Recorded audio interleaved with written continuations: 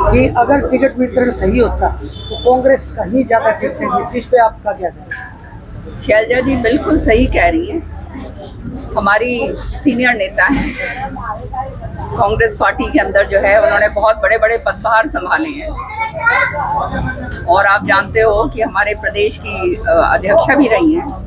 तो वो जो बात कह रही हैं वो बिल्कुल सही कह रही हैं। अगर सही तरीके से वितरण होता टिकटों का तो जो है एक सीट तो हमारी खैर उसके गई, अलायंस में गई आम आदमी के, वो भी जीतते हैं। तो 9 की 9 तो आनी थी अगर सही तरीके से दी जाती। अब आप ये देखो, यहाँ से ये टिकट हमारी श्रुति की काट दी गई।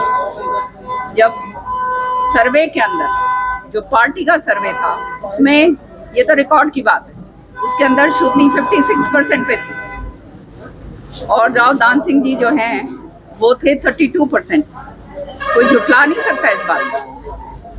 तो जो है आपने देखा किस तरह से जो है हालात बने।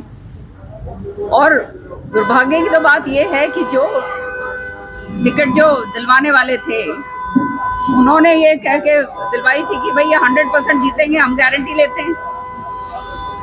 और हुआ क्या, सामने नजर आ गया कि पूरा जो है वो 4 हल्के उधर के हैं, नांगल चौधरी, नारनौल, अटेली और महेंद्रगढ़, जो इनका खुद का एमएलए साहब का जो खुद का इलाका है, वहां पे इतनी बुरी तरह से हार के निकले। हमने तो यहाँ से उनको जिता के ही भेजा है। अब वो बार बार तोहमत मेरे ऊपर लगा रहे हैं, तो शाम के ऊपर लगा रहे हैं। तो मैं उनको एक ही बात कहना चाहूंगी कि तो शाम की जनता के ऊपर तोहमत मत लगाओ। जो है सब लोगों ने अपना अपना काम करा है और जो भी मत जो है लोगों का है उसको अच्छी तरह से स्वीकारना चाहिए और ये सोचना चाहिए कि सिर माथे के ऊपर, क्योंकि जनता जो है वो सर्वोपरि होती है। हुड्डा जी बार बार मुख्यमंत्री की दावेदारी जता रहे हैं। कल कुमारी शैलजा ने भी जताया है कि वो मुख्यमंत्री की दावेदार है। इसके बारे में आपका क्या कहना है? शैलजा जी, मैं तो शैलजा जी के साथ हूँ 100%। और जो है पूरी तरह से जो है मेरे दिलो जान से ये चाहत है कि वो बने और प्रदेश को आगे लेकर चलें।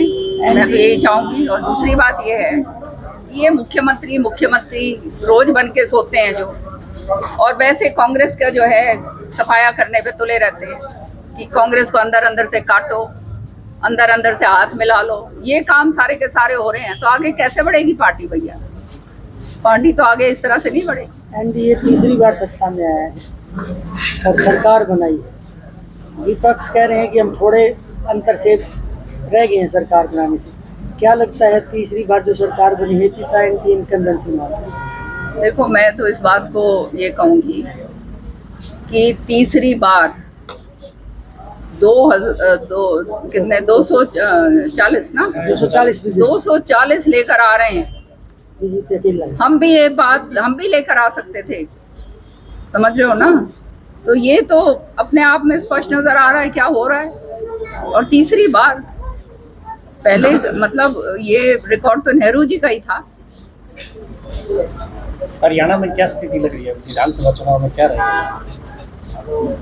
अब सामने नजर आ रहा है भैया क्या होने वाला है। जो हालात हैं अगर इस तरीके से ही चलते रहे, जो है ये सारा सिलसिला जो है कि जो है अपने अपनों का लिए करो और दूसरों को बिल्कुल ही नष्ट कर दो, खत्म कर दो, तो फिर तो बात आगे कैसे बढ़ेगी?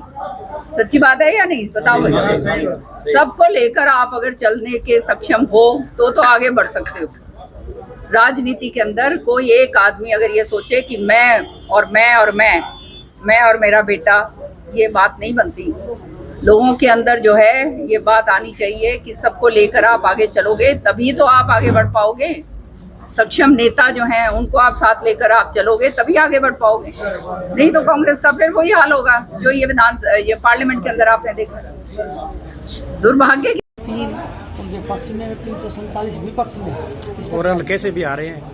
इसके बारे में आपका क्या? यही तो हास्यास्पद बात है कि जो एमएलए पार्लियामेंट का इलेक्शन लड़ रहे हैं वो अपने ही हल्के से हार रहे हैं, अपने ही बूथ से हार रहे हैं।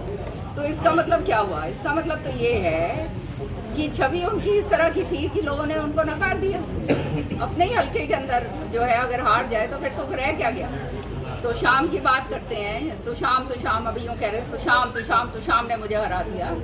ये नहीं देखते कि भाई जब श्रुति ने इलेक्शन लड़ा था, श्रुति ने 3 बार इलेक्शन लड़ा था पार्लियामेंट का, और तीनों बार उनकी जो कॉन्स्टिट्यूंसी है महेंद्रगढ़, वहां से श्रुति की जमानत जब्त करवा के भेजी तीनों बार।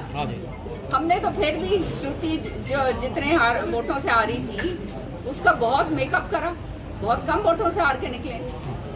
तो इनको तो जो है वो कहते हैं अच्छा होता अगर ये आरोप ना लगाते किसी पे, क्योंकि आरोप लगाने वाले जो हैं उसको समझ आना चाहिए कि बहुत सारा मसाला हमारे पास है। मुँह अगर मैं खोलूंगी तो फिर पता नहीं कहाँ तक दूर तक बात और जाएगी। सच्चाई ये है कि अपने गिरेबान में खुद झांको पहले और फिर बात करो दूसरी। अपने गिरेबान में झांकने के लायक नहीं हो और अपने सरगनाओं के को खाली खुश करने के लिए आप ये काम कर रहे हो, तो ये चलने वाली बात नहीं।